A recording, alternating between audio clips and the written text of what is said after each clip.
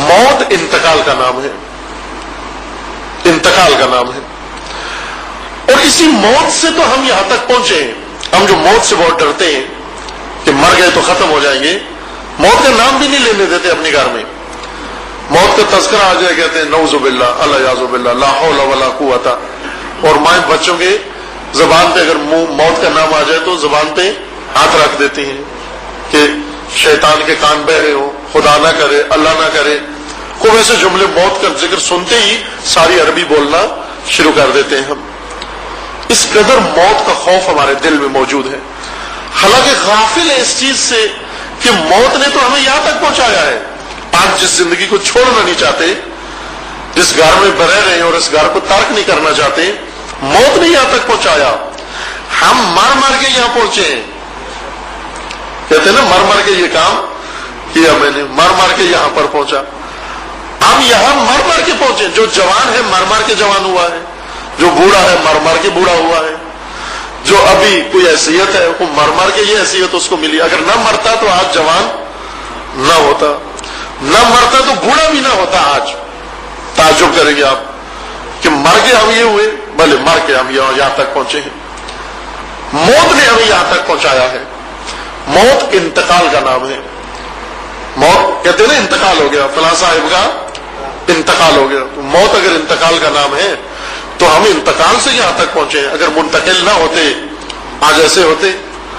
اگر شکم مادر سے منتقل نہ ہوتے، انتقال کا نام موت ہے، اگر شکم مادر سے منتقل نہ ہوتے تو آج ایسے ہوتے. اگر ہم صلب پدر سے رحم مادر میں منتقل نہ ہوتے تو ایسے ہوتے.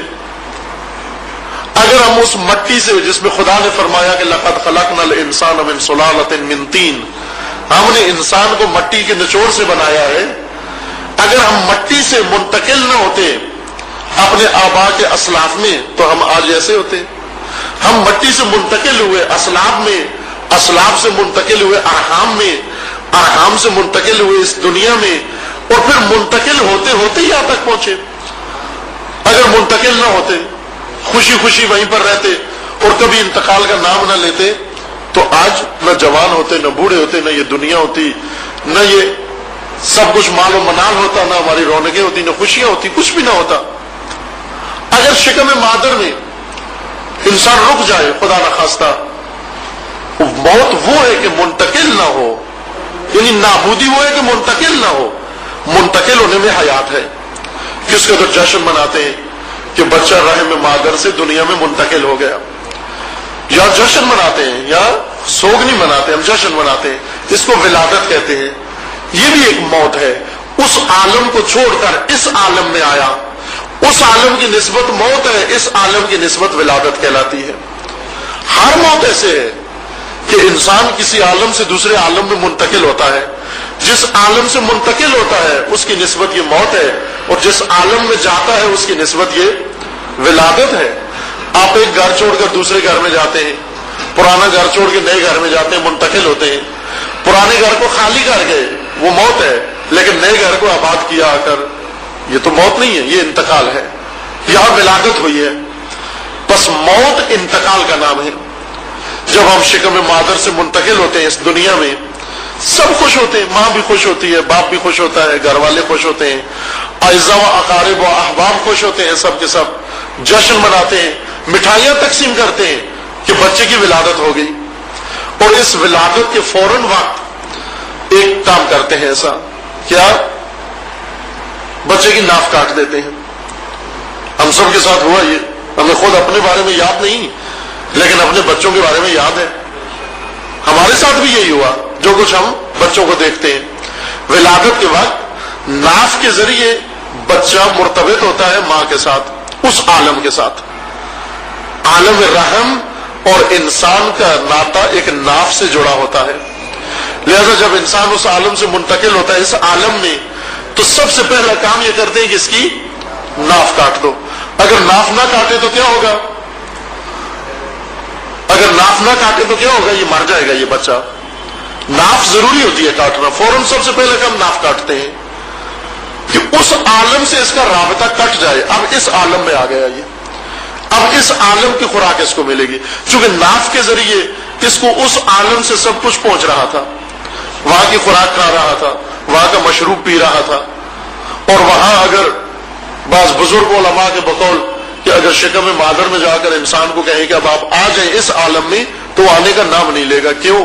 وہ کہے گا کہ آپ کو کیا معلوم کہ میں کیسی مزیدار غذائیں کھا رہا ہوں، میں کیسے مزیدار مشروب پی رہا ہوں، میں کیسے خوش مزہ چیزیں پی رہا ہوں، آپ کو کیا معلوم کیسی مہک ہے، کیسی خوشبو میں رہ رہا ہوں، کیسی جنت میں رہ رہا ہوں. لیکن اس عالم میں آنے کے بعد، ہوش سنبھالنے کے بعد، جو کچھ وہاں کھاتا تھا، جو کچھ وہاں پیتا تھا، آج اس کو دیکھنے کے لیے بھی تیار نہیں ہے.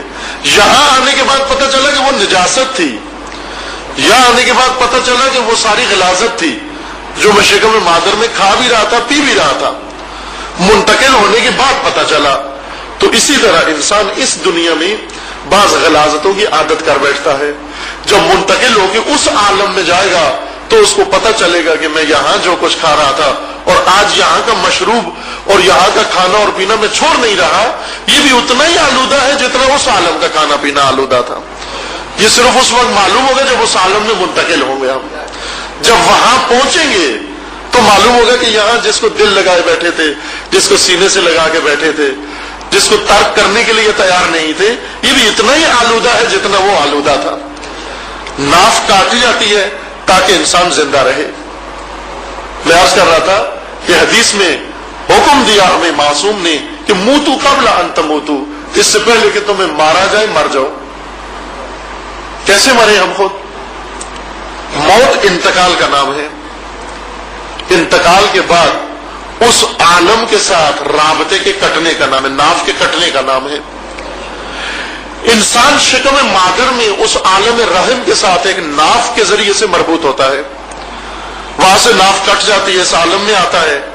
اس عالم میں آنے کے بعد اس عالم کے ساتھ اپنا رابطہ بڑھا لیتا ہے، دنیا کے ساتھ اپنی ناف کی گرہ لگا لیتا ہے. ایک عالم سے ناف کٹتی ہے، ایک عالم کے ساتھ ناف جڑ جاتی ہے. اب دیکھیں اس کے دل میں دنیا، اس کے ذہن میں دنیا، اس کی زبان پہ دنیا، اس کا اوڑھنا بچھونا دنیا، اس کا ہم و غم دنیا، اس کے تذکرے دنیا، اس کی خواب و خیال دنیا. اتنی ناف جوڑ گئی دنیا کے ساتھ کہ اب دنیا ہی اس کا ہم و غم ہو گیا. دنیا کے علاوہ کچھ سوچتا نہیں ہے، دنیا کے علاوہ کچھ کرتا نہیں ہے. اس قدر غرق ہے اس دنیا کے اندر کہ شکم رحم مادر میں جس طرح غرق تھا اس غلاظت کے اندر، اسی طرح اس دنیا کی غلاظتوں کے اندر آ کر غرق ہو گیا. دنیا کس چیز کا نام ہے؟ امیر المومنین کی زبان سے دنیا سنیے. امیر المومنین فرماتے ہیں دنیا بکری کی ناک سے نکلے ہوئے بلغم کی طرح ہے. دنیا امیر المومنین کی زبان سے. دنیا کس چیز کا نام ہے؟ فرمایا کہ دنیا مردار کے ان بچے کچے ٹکڑوں کا نام ہے کہ جب ایک لاش خور مردار کھاتا ہے، مردار کھانے کے بعد اس کے دانتوں میں مردار کے گوشت کے ٹکڑے جو بچ جاتے ہیں، اس کا نام دنیا ہے. اور پھر نہج البلاغہ میں کیا فرمایا کہ دنیا کوڑی کے ہاتھ میں پکڑی ہوئی خنزیر کی انتڑیوں کا نام ہے. یہ دنیا کہیں زیادہ غلیظ ہے اس مشروب سے جو شکم مادر میں کھاتے پیتے تھے. چونکہ وہ خنزیر کے ہاتھ میں پکڑی ہوئی کوڑی کے ہاتھ میں پکڑی ہوئی خنزیر کی انتڑیوں کی مانند نہیں ہے، لیکن یہ دنیا اس قدر غلیظ ہے. اس دنیا کے اندر جب انسان غرق ہو جاتا ہے اور اس سے اپنی ناف باندھ لیتا ہے اور اسی کے اندر رہتا ہے، اسی کے اندر رہتا ہے اور اسی کی طلب میں رہتا ہے، صبح و شام اسی کے اندر بسر کرتا ہے، اب اس سے جب ناتا کاٹنے کی باری آتی ہے گھبراتا ہے. یہ سوچ کر بھی کہ میں ایک دن دنیا میں نہیں ہوں گا، اس کو پسینہ آ جاتا ہے، گھبراہٹ اس کو محسوس ہوتی ہے. موتو قبل ان تموتو، اس کے معنی یہ ہے کہ اس سے پہلے کہ اسرائیل آ کر دنیا کے ساتھ تمہاری ناف کو زبردستی کاٹ لے، اس دنیا میں زندہ رہتے ہوئے دنیا سے اپنا تعلق کاٹ لو. اگر دنیا سے تم نے اپنا تعلق کاٹ لیا تو تم مرنے سے پہلے مر گئے، تم اختیاری موت مر گئے. اور جو خود دنیا سے تعلق کاٹ کر راہ خدا پر آ جائے، سبیل خدا پر آ جائے، سبیل خدا پر اگر جیے، سبیل خدا پر مرے، دونوں صورتوں میں یکسانی ہے. جب تک خدا کی راہ پہ زندہ ہے مجاہد فی سبیل اللہ ہے، اور جب خدا کی راہ میں مرے گا شہید فی سبیل اللہ ہے. اگر موت انسان کو اللہ کے راستے پر آ جائے، لیکن خدا کے راستے تک آنے کے لیے دنیا سے ناف کاٹنا ضروری ہے. یہی مشکل کام ہے. یہ ناف کاٹنا ضروری مشکل ہے. کاٹ نہیں سکتا انسان. جو عمر بڑھتی جاتی ہے ہرس انسان میں زیادہ ہوتی ہے. اپنے بچپن سے لے کر اور بڑھاپے تک کی اپنی عمر کا اگر ہم جائزہ لیں، بچپن میں اگر ماں باپ پیسے دیتے تھے بڑی آسانی سے فقراء میں تقسیم کر دیتے تھے، بڑی آسانی سے جو کچھ خریدتے تھے دوستوں میں بانٹ دیتے تھے. لیکن پھر جب تھوڑے سے بڑے ہوئے تو آہستہ آہستہ پیسہ بچانا شروع کر دیا. لیکن اتنا نہیں بچاتے تھے، پھر بھی کچھ نہ کچھ خرچ کرتے. پھر اس کے بعد عمر بڑھی، شادی کر لی، شادی کے بعد پیسہ کمایا، بچوں پہ ضرور خرچ کرتا تھا. اگرچہ پڑوسیوں کو نہیں دیتا تھا، فقیروں کو نہیں دیتا، دوسروں کو نہیں دیتا، لیکن بچوں کو ضرور دیتا ہے. لیکن جو عمر بڑھتی جاتی ہے ہرس بھی بڑھتی جاتی ہے. جو بڑھاپا زیادہ ہوتا جاتا ہے مال کی حب بھی بڑھتی جاتی ہے، دنیا کی حب بھی بڑھتی جاتی ہے.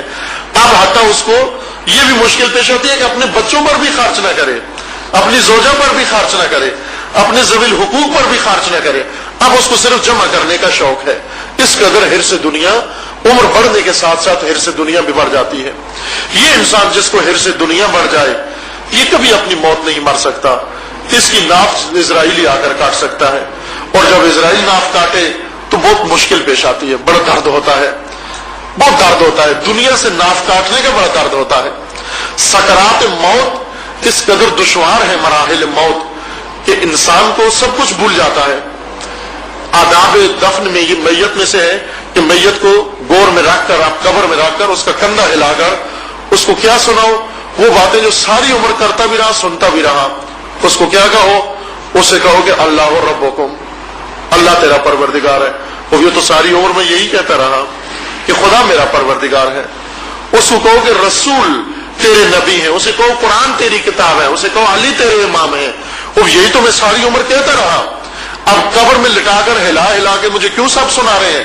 اسما افہم، سنو سمجھو کہ یہ تمہارا دین ہے. اسما افہم، سنو سمجھو کہ یہ تمہارا دین ہے. یہ تو اس دین تھا جو عمر بھر میری زبان پہ جاری رہا. لیکن جب موت کے مراحل سے انسان گزرتا ہے، اتنے سخت ہیں موت کے مراحل کہ یہ باتیں بھی بھول جاتی ہیں انسان کو. یہ بھی بھول جاتا ہے کہ میرا رب کون تھا، یہ بھی بھول جاتا ہے میرا رسول کون تھا، یہ بھی بھول جاتا ہے میری کتاب کیا تھی، یہ بھی بھول جاتا ہے میرا امام کون تھا. لہذا کہا گیا کہ اس کو کندھے ہلا کے بتاؤ سکرات موت سے گزرا ہے، مراحل موت سے گزرا ہے. چونکہ اختیاری موت تو نہیں مرا، اسے مارا گیا، اس کی ناف کاٹی گئی. لہذا جب اس دنیا سے کھینچ کے لے جایا جائے گا اس قدر دشوار ہوگا تمہارے لیے مرنا کہ تمہیں سب کچھ بھول جائے گا. تمہیں سب کچھ نئے سرے سے بتانا پڑے گا. دین کی الف با تمہیں دوبارہ سکھانا پڑے گی. لیکن اگر انسان اپنی اختیار سے مرے، رائے خدا پر آئے، رائے خدا پر جیے، رائے خدا پر جیتے ہوئے اگر انسان کو موت آ جائے، اس موت کو شہادت کہتے ہیں. لہذا رائے خدا پر جب موت آئے، ایک تو ایک انسان قتل ہو جاتا ہے رائے خدا میں. رائے خدا میں اگر قتل نہ بھی ہو، رائے خدا پر آ کے تبھی موت بھی مرے، اس کو بھی کہا گیا یہ شہادت ہے. رائے خدا پر آ کر اگر انسان اپنی تبھی موت بھی مرتا ہے، قتل نہ بھی ہو، پھر بھی شہادت ہے. لہذا فرمایا من مات علی حب آل محمد مات شہیدا. جو حب اہل بیت میں مرتا ہے وہ شہید مرتا ہے. کیوں شہید مرتا ہے؟ چونکہ حب اہل بیت وہی صراط خدا ہے، وہی سبیل خدا ہے. حب اہل بیت پہ جب آتا ہے تو انسان دنیا کی محبت نکال کے آتا ہے. جو دنیا ہوتا ہے کہ حب اہل بیت بھی ہو، حب دنیا بھی ہو، حب نفس بھی ہو، حب اہل بیت بھی ہو، حب غیر بھی ہو، حب اہل بیت بھی ہو. حب اہل بیت اور حب خدا تو اکٹھی نہیں ہو سکتی دوسروں کے ساتھ.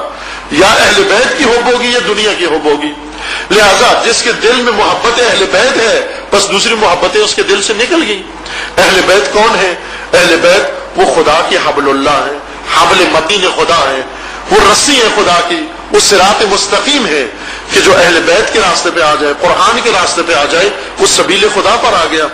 اب اگر قتل ہوتا ہے تو بھی شہید ہے، اگر اپنی طبیعی موت مرتا ہے تو بھی شہید ہے.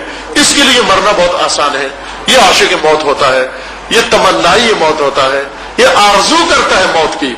اس سے جب پوچھو موت کیسے لگتی ہے، یہ کہتا ہے احلی من الاصل، موت شہد سے زیادہ میٹھی لگتی ہے.